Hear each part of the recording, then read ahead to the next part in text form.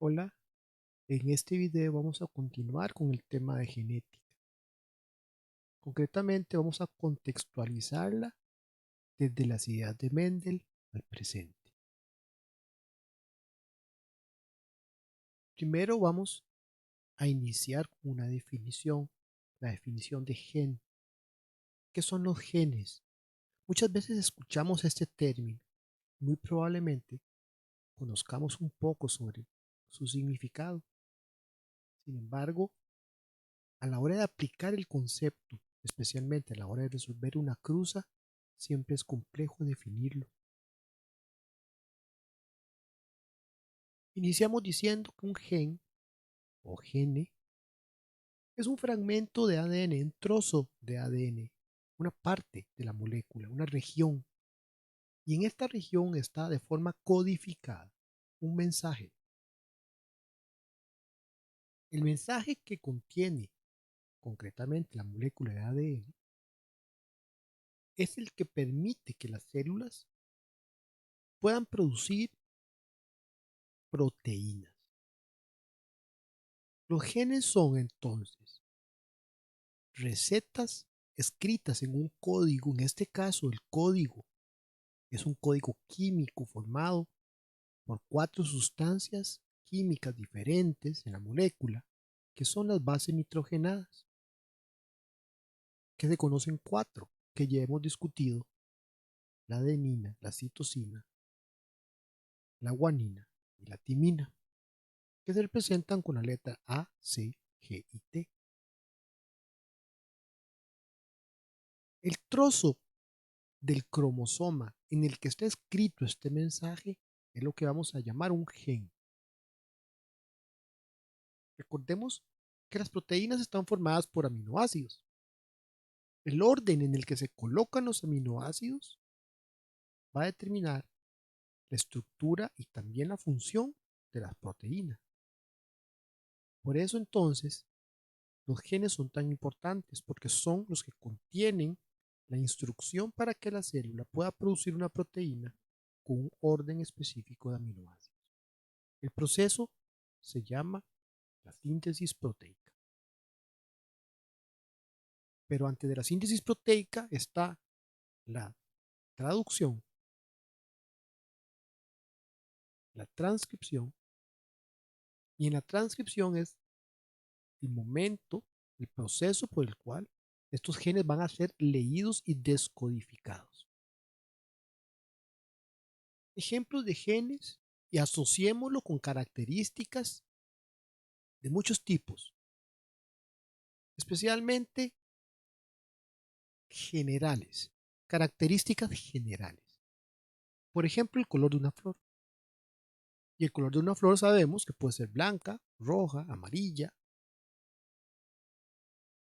Amarillo, blanco y rojo son opciones para el color, pero el concepto general, color, es más grande que el amarillo. Por eso hablamos de general. Gene, asociémoslo con el término general, lo más general.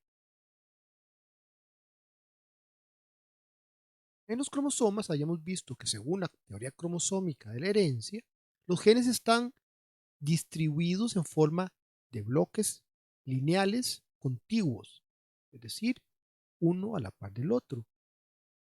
Y dentro de estos genes, entonces, tenemos una secuencia formada por letras específicas, que son las bases nitrogenadas, que se representan con la letra G, C, T y A. Pero los genes, en realidad, son cosas más complejas.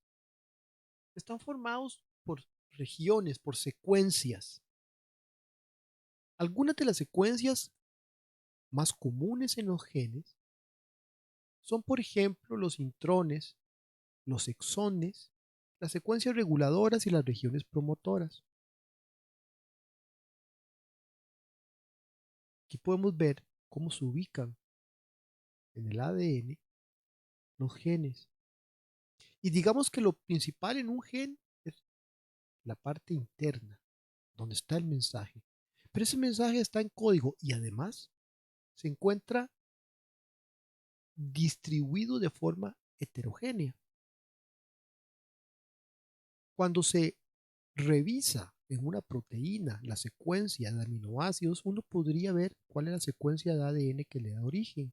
Las secuencias de los genes, las secuencias de las bases nitrogenadas presentes en los genes, a veces no están en un solo bloque o en una sola tira. Eso significa, por ejemplo, si vemos acá los exones y los intrones, las proteínas van a estar formadas por los exones, la secuencia de letras en los exones.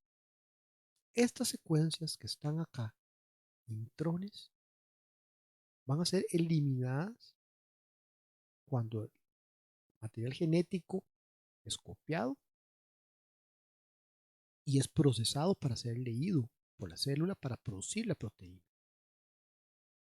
Para ello, existen antes y después de los genes regiones o secuencias que le dicen a la célula de aquí tengo un gen. Puedo leer este trozo.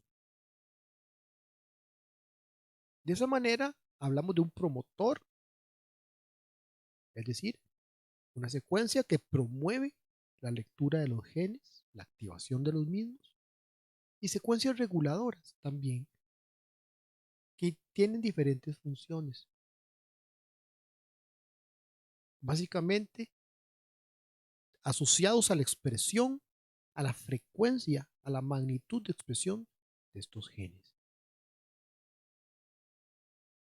Lo que me interesa para el curso es que entendamos que el gen no es una única secuencia que se puede leer de forma continua, sino que en ocasiones existen en células eucariotas regiones que van a ser eliminadas dentro de la secuencia completa del gen y no va a ser leído en su totalidad. Esto me lleva a un concepto muy similar. En la práctica, los alelos y los genes son lo mismo, pero vamos a diferenciarlos para poder realizar las cruzas. Y un alelo va a ser una variante de los genes. Las formas en que los genes se encuentran expresados en la naturaleza. Es decir, si pensamos, por ejemplo, en una receta para hacer una ensalada de fruta, muy probablemente usted puede pensar en varias recetas diferentes. Cada una tendrá pasos diferentes, ingredientes diferentes, formas de combinar los ingredientes diferentes. Y todas son ensaladas de frutas. El concepto de ensalada de frutas es más allá que una receta. Esta analogía me permite entender entonces la diferencia entre un gen y un alelo. El concepto sería general y la receta para ese concepto sería el alelo. Como decíamos anteriormente, pensemos en una flor que tiene colores. El color es una característica, es un gen o gene. Y las variedades para el color serían los alelos. De manera que puede haber alelos rojos, blancos, amarillos, morados, etc. Si lo vemos entonces en los cromosomas, tenemos un cromosoma paterno, un cromosoma materno, cromosomas homólogos, y en la misma región de los cromosomas voy a tener una secuencia que pertenece a un alelo del padre y a un alelo de la madre.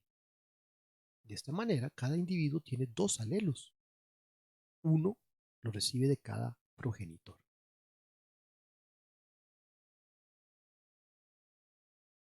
El concepto de genotipo es un concepto que se refiere a los alelos que presenta un individuo. Es decir, la constitución genética, el tipo de alelos que tienen los individuos con respecto a un gen determinado. Más que un concepto teórico, debe ser un concepto que se aplique a la hora de realizar una cruza. De manera que puedo tener individuos, por ejemplo, que tienen un color de flor rojo o rosado y blanco, pero su constitución genética, es decir, cómo son genéticamente respecto al color, va a estar determinada por el genotipo. De manera que una flor rosada puede ser que tenga los dos alelos que recibe de cada padre iguales, como en este caso, son iguales o diferentes. Por supuesto que vamos a tener, en el caso de la herencia mendeliana, uno que va a ser dominante con respecto al otro, pero ese es un concepto que ya casi vamos a ver. De momento quiero que vean que el genotipo es esta representación a través de dos características o de dos alelos en este caso, los dos alelos que tiene cada individuo. Los alelos se van a representar a través de una letra. Usted puede escoger cualquier letra siempre y cuando esa letra, le recomiendo que se dibuje o que se escriba el trazo de forma diferente. Por ejemplo, utilizar la letra O puede ser confuso porque la diferencia entre la O mayúscula y minúscula es el tamaño. Y a veces es un poco complejo determinar si la O es grande o es pequeña. Sin embargo, el trazo para hacer, por ejemplo, la letra A o B o la letra D, o la H, o la M, o la R, por ejemplo, resulta más conveniente, pues mayúscula y minúscula no se escriben igual, sino que tienen diferencias.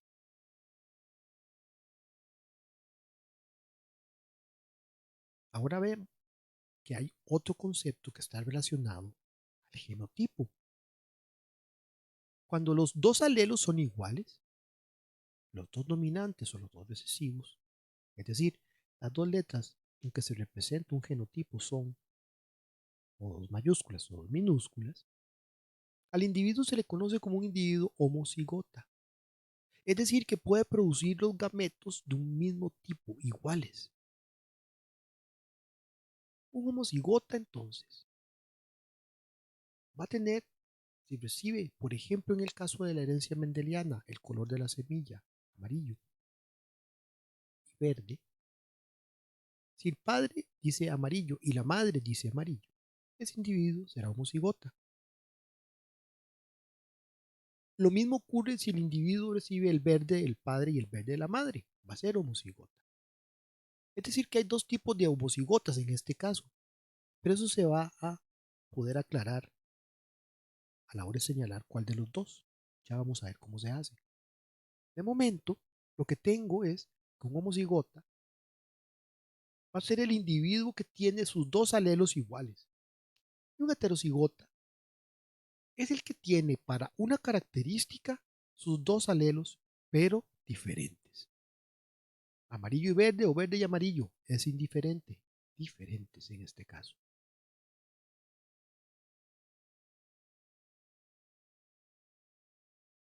De manera que yo tengo a través de un cromosoma paterno y un materno una situación de homocigosis de este tipo, donde tengo los dos alelos dominantes, mayúscula, o bien una homocigosis en estado recesivo.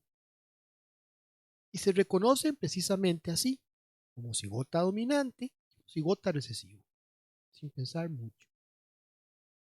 Y cuando los dos alelos eran entonces diferentes, se tiene un individuo heterocigota. Y es indiferente que sea B mayúscula, B minúscula o B minúscula y B mayúscula. Lo importante aquí es que sean diferentes o iguales. Y estas combinaciones de letras se van a utilizar entonces para representar en los cruces a los individuos. Por un asunto de convención, aunque es equivalente, se utiliza en el caso de un heterocigota primero la mayúscula y luego la minúscula, pero usted puede hacerlo al revés y no hay ningún problema siempre y cuando lo interprete de forma correcta. El concepto de fenotipo es un concepto que va un poquito más allá. Probablemente anteriormente usted ha escuchado que el fenotipo tiene que ver con la apariencia de un individuo, lo cual es cierto. A eso se refiere un fenotipo. Pero en realidad va más allá. No solo es la parte física, morfológica o anatómica, que es lo mismo. ¿De qué tamaño? ¿De qué color? ¿Cuántos dedos? Todas las características que son visibles. Esas características están determinadas genéticamente y se expresan y producen un fenotipo. Pero el concepto decía que va más allá. El concepto está relacionado también con el funcionamiento, con la fisiología y con la bioquímica, es decir, el tipo de sustancias químicas, el perfil molecular que tienen los individuos. De manera, por ejemplo, que una persona enferma de diabetes, que es una enfermedad que en ciertos casos tiene una causa genética, no siempre, pero tiene una causa genética. Su perfil metabólico, bioquímico, implica que no va a producir, por ejemplo, insulina. Y el por qué no produce es porque produce muy poca o porque produce insulina deficiente o porque del todo no produce. Si pensamos en una mutación en el ADN que hace que la molécula de insulina no se produzca, tengo una característica bioquímica, inclusive algo tan sencillo como la lateralidad. A pesar de que existe en este momento una investigación muy importante y han cambiado algunos conceptos, la dominancia de uno de los dos lados del cerebro con respecto a la lateralidad, es decir, ser zurdo o derecho, usted no puede reconocer a una persona zurda con solo verla. Tiene que verla escribir, tiene que ver cómo funciona su cerebro en este caso. Como si puede ver si es alto o es bajo, o si tiene los ojos café, o si tiene el pelo oscuro. La diabetes no se ve, la lateralidad tampoco. Eso también es fenotipo. Y más allá, el comportamiento. Y ojo que digo comportamiento y no conducta. El comportamiento es típico de las especies, mientras que la conducta es de los individuos.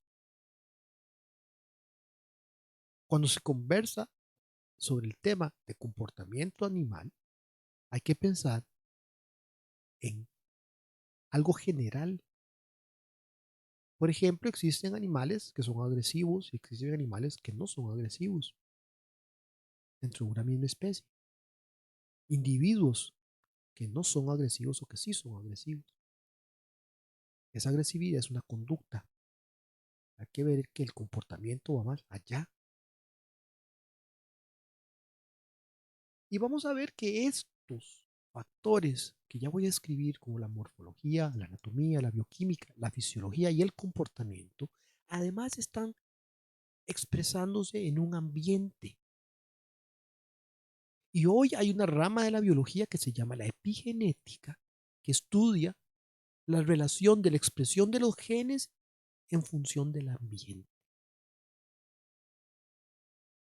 Es decir, que no solo son genes lo que determinan las características de los individuos.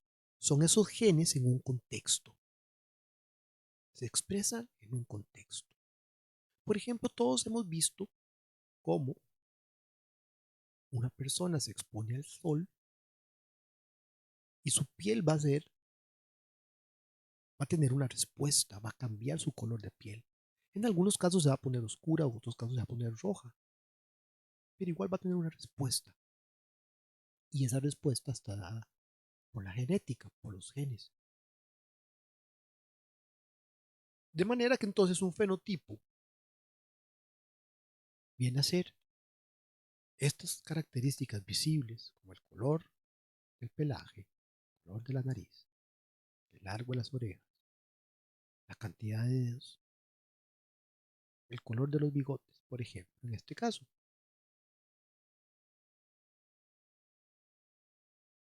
Pero también ese impulso que tienen los organismos de reproducirse no es explicable a partir de morfología. Es muy complejo, pero es un comportamiento que todos los individuos tienen, la reproducción. Entonces, los fenotipos de comportamiento son comportamientos que todos los individuos tienen. A esto también se les conoce como instintos, el instinto de conservación de la especie, o el instinto de maternidad, en el caso de una hembra que defiende a sus crías, o el instinto que tienen para cazar los animales. Por ejemplo, en el caso del comportamiento, el por qué las tortugas regresan a la misma playa a la que nacen. A la hora del nacimiento, ellas buscan ir hacia la parte más brillante, que en este caso sería las primeras horas de la mañana, el mar, el reflejo del sol en el mar, y en la noche también el reflejo de la luna en el mar. ¿Y cómo saben las tortugas a cuál playa regresar? Hay varias teorías. Una de ellas es que durante este viaje desde donde estaba el nido en el que nacen hasta el mar, hasta el agua, guardan una pequeña cantidad de la arena, se aloja cerca del bulbo olfatorio y probablemente lo utilizan como un patrón para comparar vía olfativa, digamos, cuál fue la playa en la que nacieron. Esta teoría, la teoría del imprinting, se llama hipótesis del imprinting, explica el por qué las tortugas tienen el comportamiento de volver a la misma playa en la que nacieron. Es un instinto. Y tiene la lógica de explicarse a través de, si yo nací aquí, también mis hijos. Los instintos entonces son comportamientos genéticos y están determinados con la sobrevivencia de la especie. Había dos tipos de tortugas, las que iban hacia las partes brillantes y hacían eso con la arena, de llevarse una muestra, y las que no. Y las que tenían más chance de sobrevivir y de tener hijos eran las que hacían ese comportamiento. Y fue a través de los años, la evolución los seleccionó. Somos resultado de una gran cantidad de características que vienen hace millones de años funcionando de forma exitosa.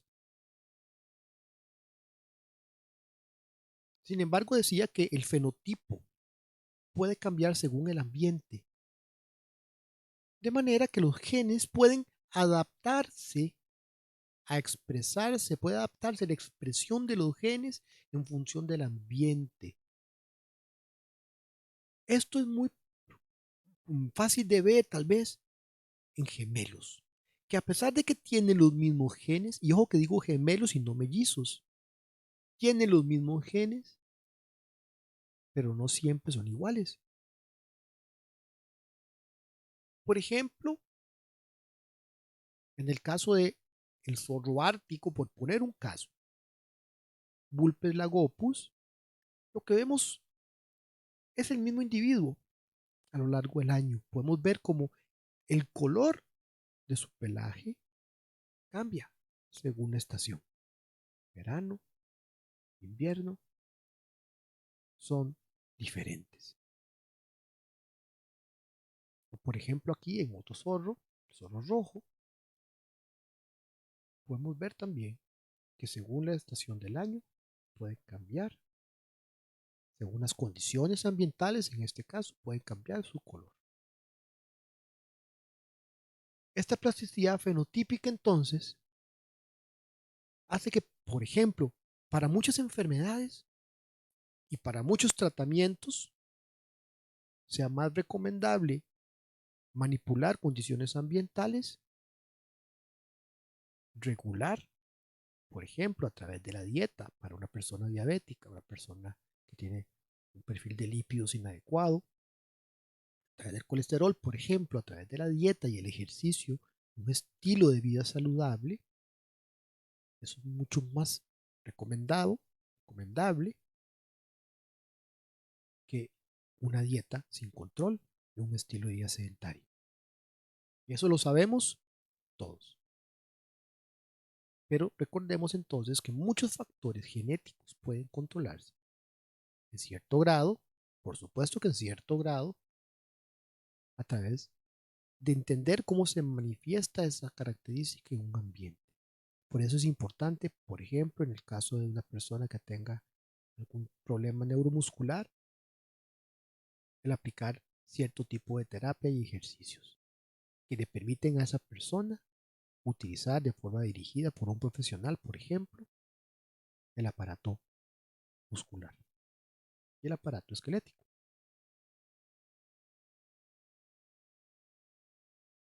Vamos entonces ahora a definir dos conceptos que son muy importantes y que vamos a definir también a través de otro video cuando hablemos de genealogías, que son el concepto de dominante y el concepto de recesivo. Pero el concepto de dominante y recesivo no es simplemente pensar lo que nos parece lógico. Lo dominante no siempre es lo que creemos que es dominante.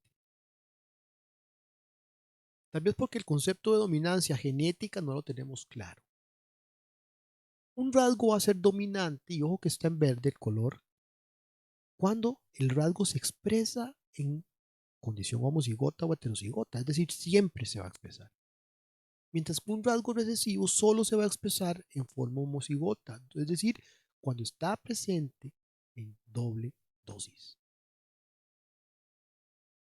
De manera que si se cruza, por ejemplo, una flor morada con una flor blanca, como el experimento de Mendel, Mendel observó que todas las flores que se producían de este cruce eran moradas. Si él cruzaba un homocigota morado con un homocigota blanco, obtenía heterocigotas y todos morados. Y vea que el morado se expresa en homocigosis y en heterocigosis. El blanco solo se expresa cuando está en homocigosis. Y es importante entender que el blanco, o sea, el recesivo sí se expresa. Lo que pasa es que se expresa solo cuando está con otro igual. Y no tiene que ver si se expresa mucho o se expresa poco. La cantidad de individuos blancos no es el factor que hay que tener en cuenta para pensar si es dominante un rasgo o no, sino que hay que ver el blanco en presencia del morado. Eso es lo que determina cuándo un alelo es dominante o cuándo un alelo es recesivo. Recordemos esto. Por ejemplo, 5 dedos y 6 dedos. Existe la polidactilia postaxial, que es esta condición donde podemos ver 6 dedos. Y la condición, llamémosla normal, de 5. ¿Quién creen ustedes que en este caso es el alelo dominante? Si nos vamos a pensar que conocemos más personas de 5 dedos que de 6 dedos, podríamos pensar que 5 dedos domina. Pero cuando usted cruza a una persona de 6 dedos con una de 5 dedos, observa que el dominante va a ser 6 y el recesivo va a ser 5. Lo que pasa es que mi papá y mi mamá tienen 5, por eso yo tengo 5. Esto se puede ver cuando se cruza uno de 6 con uno de 5. Si se cruzan 2 de 5 no se ve, ni si se cruzan 2 de 6 tampoco se ve. Es cuando se cruzan diferentes. Otro ejemplo es en el caso del guisante de Mendel. Este es el petit pois. Guisante, la arveja. Y hay verde y hay amarillo. Y muy probablemente ustedes conocen el verde, que es el que venden en las latas de guisantes. Sin embargo, el dominante es el amarillo y el verde es el recesivo.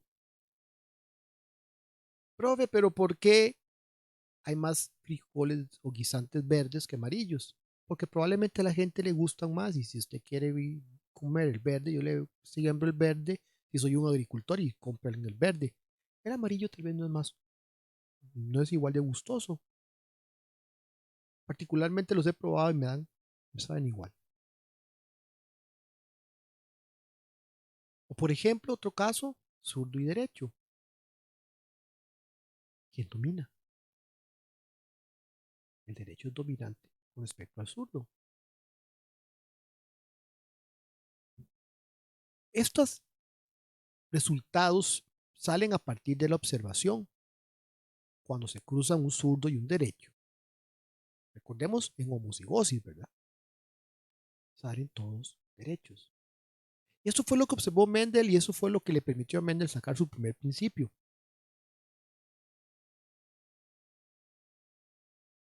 Pero con rasgos que no conocemos, como por ejemplo la mancha o no mancha de la ala de Drosophila melanogaster, una mosquita que observe que mide 3 o 4 milímetros como máximo, medio centímetro. En este caso vemos que hay alas manchadas y alas sin manchas. ¿Cómo sabemos quién va a ser dominante y quién va a ser recesivo? En el problema se debe dar la respuesta. La información para resolverlo debe dársela al profesor. ¿Quién va a ser el alelo dominante? Si no se lo dice de forma directa, se lo puede decir de forma indirecta. Y en este caso, las personas que han cruzado moscas han observado cómo dominan las alas manchadas versus las alas sin manchas.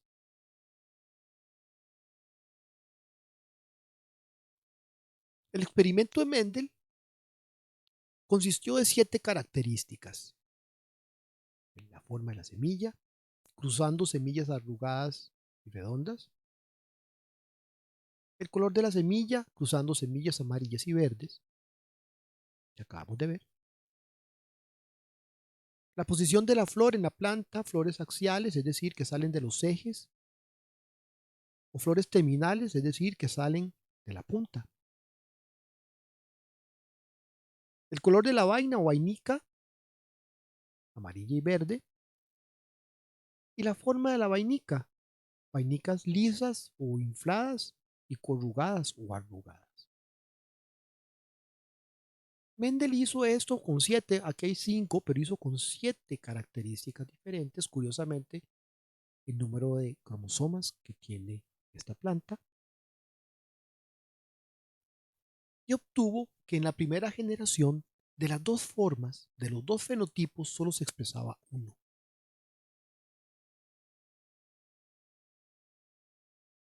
Y luego, por ejemplo, si tomábamos una planta de vainicas amarillas y vainicas verdes, todas salían verdes.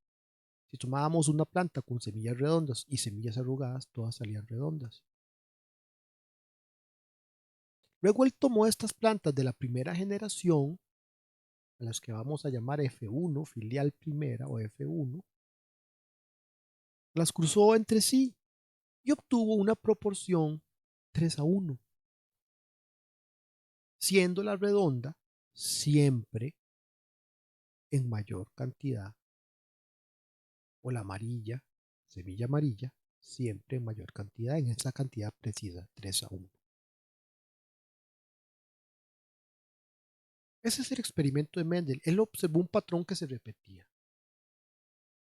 En la primera generación se expresaba un alelo y en la segunda generación se expresaban en relación 3:1 y siempre el que se expresaba en la primera tenía mayor proporción. Vamos a centrarnos en el caso de la semilla. Semillas amarillas y semillas verdes. Todas las semillas eran amarillas y todas las plantas en la segunda generación tenían una proporción de 3 amarillas por una verde. Estas son las 7 características que utilizó Mendel. Aquí las podemos ver de forma visual. Inclusive usó el tamaño de la planta, plantas altas y plantas bajas, como vemos aquí, normales y bajas, o enanas. Y también flores blancas y flores púrpura. Veamos un poco más el experimento.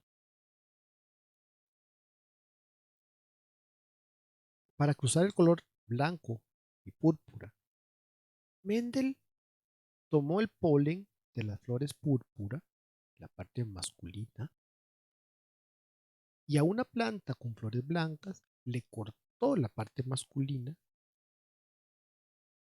para hacer una polinización cruzada, es decir, tras- trasladó con un pincel el polen de la morada al estigma y a los óvulos de la blanca.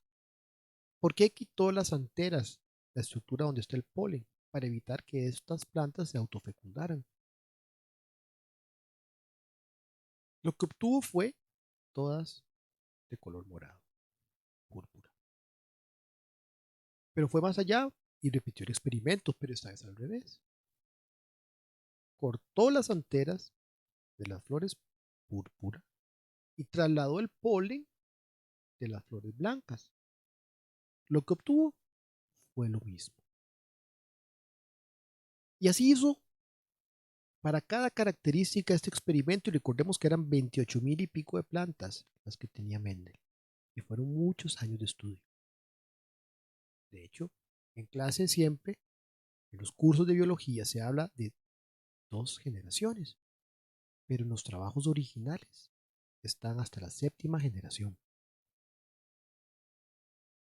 Con esto entonces terminamos el tema de genética.